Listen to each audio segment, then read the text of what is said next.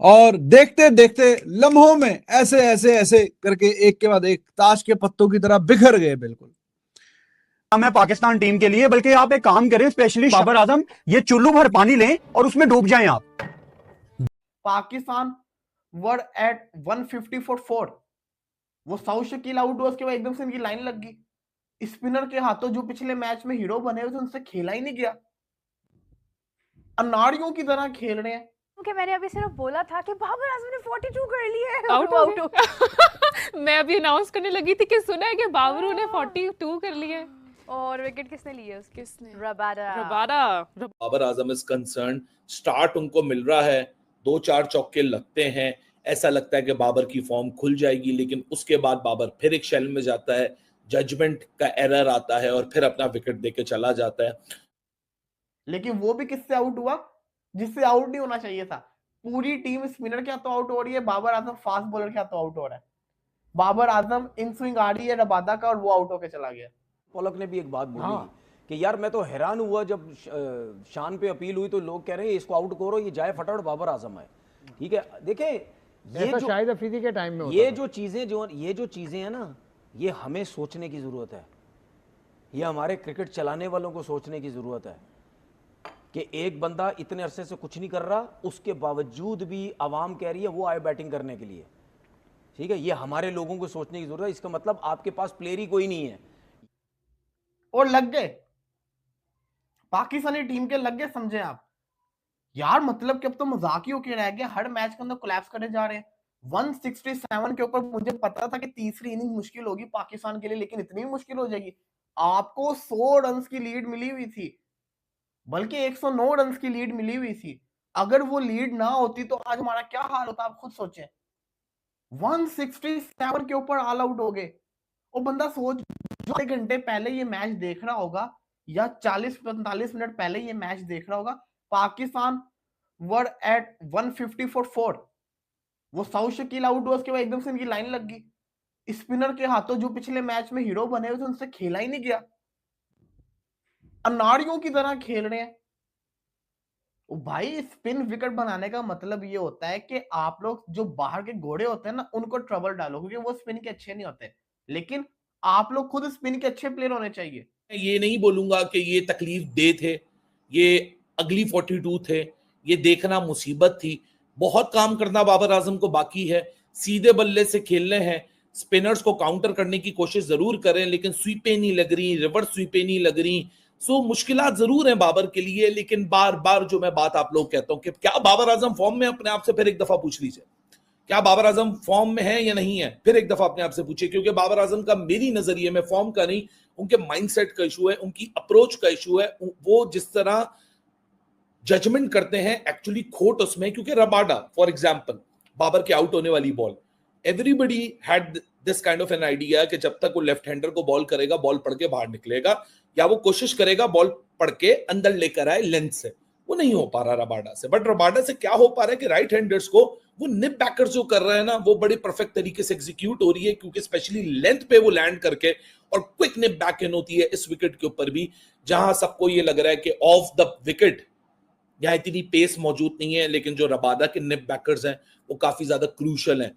Rabada although तो बहुत we know that के बहुत टेक्निकल बॉलर है, उसके वो तो आउट कर सकता है, उसके लिए तो कोई बड़ी बात नहीं। और समटाइम्स ये होता है कि आप एक अच्छी बॉल कराते हैं, बैटर उसको नहीं टैकल कर पाता, आप उसकी विकेट ले लेते हैं। लेकिन अगर आप ये देखें कि बाबर आजम लास्ट टाइम भी LBW हुआ, आज भी LBW हुआ, क्यों बाबर उस चीज़ से बच नहीं पा रहा है? बहुत टाइम से एक ही तरह से बाबर, ऑल्दो मैंने उसका देखा नहीं है आउट आज का, लेकिन अगर हम देखें तो कहीं ना कहीं वो सेम चीज़ आपको लगती है, एक ही टेक्निक से आउट हो जाता है वो। देखिए उसमें मेरा आप ना एक बेसिक क्रिकेट है, हमने पहले भी इस पे बात की थी कि एक बेसिक क्रिकेट है, जब आपको समझ नहीं आ रही हो ना तो आप टाइम लेने के लिए बेसिक्स पे चले जाते हैं, आप एक स्विंग खेलना शुरू कर दें। यहाँ ये हो रहा है कि जब रबादा जो है ना, अगर आपने अब्दुल्ला शफीक को देखा हो आज वाला, तो क्योंकि मैं भी यहीं बैठा था मैंने नहीं देखा, तो बॉल बाहर निकली, बॉल अंदर ले आया, वो बाहर खेलने गया, गैप बनता है, गेंद अंदर आती है, LBW हो जाता है। अगर टांग, अच्छा अब वो पहले बोल्ड हो रहा था, अब LBW भी हो रहा है, तो उसकी वजह यह है कि अंदर आती गेंद पे वो अपने आप को ना पहले से कमिट कर लेता है। दोस्त यार ये क्या टीम है यार हमारी, कमाल है यार। 150 पे 4 आउट थे और 17 रन के अंदर अंदर 10 खिलाड़ी, जिसमें एक छक्का भी शामिल है, छक्का भी एक लगा है। वो नुमान चचा जान ने एक छक्का भी बीच में मारा है और फिर भी 150 पे 4 आउट हैं। और उसके बाद फिर तू चल तो मैं आया, रिजवान तो बोल्ड हो गया था जब हम लाइव थे। फिर सलमान 4, सिफर शाहीन, साजिद 1, वो हसन अली को वो पता नहीं किस चक्कर में खेल रहा, 11 नंबर पे आता है, ना कोई उसकी बारी आती है, ना कोई बॉलिंग में कुछ कमाल। तो वो जो हम आपसे बात कर रहे थे कि all they need to do is to bat for 1.5 hour इस सेशन में, तो फिर ऑलमोस्ट काफी स्टैंप लग जाएगी कि हाँ जी पाकिस्तान ने 350 350 के बीच का टोटल डाल दिया। बहुत बड़ा टोटल है इस पिच पे। हर गुजरते दिन के साथ विकेटें ज्यादा ही गिर रही हैं। आज के दिन तक 14 विकेटें तो आज गिर चुकी हैं, तो 14 विकेटें आज गिर चुकी हैं और अभी जाहिर है कि साउथ अफ्रीका ने बारी करने के लिए आना है, तो कंडीशंस काफी डिफिकल्ट होती जा रही हैं। लेकिन मजाल है कि जो हमारे जो प्लेयर हैं, जो बैट्समैन खास करके, ये जो इनके क्रिकेट फैंस हैं, उनको जरा सुख की और राहत की जो सांस है वो लेने दें कि ठीक है जी पोजीशन पाकिस्तान की मुस्तहकम है और उसको मजीद मुस्तहकम करके बस ठंडा माहौल है जनाब, 350 के ऊपर का टोटल डाल दिया है। अब इस पिच पे तो साउथ अफ्रीका को हम पकड़ लेंगे आराम सुकून से, लेकिन इन्होंने कसम खाई हुई है, चाहे T20 का मैच हो, वनडे का मैच हो, टेस्ट का मैच हो, अच्छी और स्ट्रांग पोजीशन को कैसे थ्रो करके जाना है, वो अगर किसी ने सीखना है तो इनसे सीख लें। परफॉर्मेंस दे दी है, वो लोग अभी भी उसको मानते कि नहीं यार इससे अच्छा प्लेयर ही कोई नहीं है, आप जो मर्जी कर लें, उससे अच्छा कोई प्लेयर नहीं है। लेकिन मैं ये सोचता हूं कि इतने अरसे से अगर Babar Azam out of form है, ये वो बाबर आजम जिसकी 50 की एवरेज होती थी टेस्ट क्रिकेट के, वो 42 पे चला गया। 2022 दिसंबर में आखिरी 50 की एवरेज पे आप 42 पे चले गए हैं। 42 का मतलब ये है कि आप रिजवान की, सलमान की, इनकी कैटेगरी में आप आ रहे हैं। शान मसूद, ठीक है, इनकी आप कैटेगरी, शान मसूद की तो फिर भी कम है, रिजवान की आई थिंक 41 कुछ है। नहीं एवरेज की बात नहीं कर रहा इस वक्त पोजीशन। नहीं, वो शान मसूद का पिछला अगर आप टेस्ट चैंपियनशिप का साइकिल देखें, उसमें रिजवान है, शान मसूद है और एक आध लड़का और है जिसने रन किए बाबर से ज्यादा। लेकिन आप एवरेज की भी बात हालांकि करते हैं 3000 रन तो बाबर भी कर गया टेस्ट चैंपियनशिप में। लेकिन इंडिविजुअल है ना। लेकिन बात ये है कि एक अच्छा प्लेयर होता है ना, उसकी एवरेज टॉप क्लास की होती है। बाबर क्यों होती थी? क्योंकि आपकी एवरेजेस बाकी प्लेयरों से बहुत हाई थी। क्योंकि 42 की टेस्ट एवरेज आपको ग्रेट नहीं बनाती। ग्रेट नहीं है, ग्रेट नहीं है, आपके लिए नहीं है। हाँ नहीं, कोई भी नहीं। जावेद भाई का 52, मैं क्यों कह रहा हूँ, यूनुस का मैं बाबर का क्यों कह रहा हूँ, क्योंकि मैं बाबर का इस वजह से कह रहा हूँ क्योंकि जिस इंतजाम का मतलब यार, जिस लेवल पे आप चले गए थे वहां से 42 पे नहीं, ये आपको सूट नहीं करता। आपने उसी लेवल पे जाना है। अब कैसे जाना है ये अब आपको पता है कि मैंने रन्स कैसे करने। कल उन्होंने रिवर्स स्विंग गलत शॉट मारने के चक्कर में आउट हो रहे हैं, कैच आउट हो रहे हैं। ऐसी गंदी क्रिकेट खेली है, मैं आपको बयान नहीं कर सकता। ये अगर 200 भी कर जाते तो 300 प्लस का टारगेट होना था, इनसे 200 तक नहीं हुआ। लाइन लग गई पूरी की पूरी टीम की, एक ही दिन के अंदर दोबारा उनको बैटिंग जिसको कहते हैं ना करवा दी है।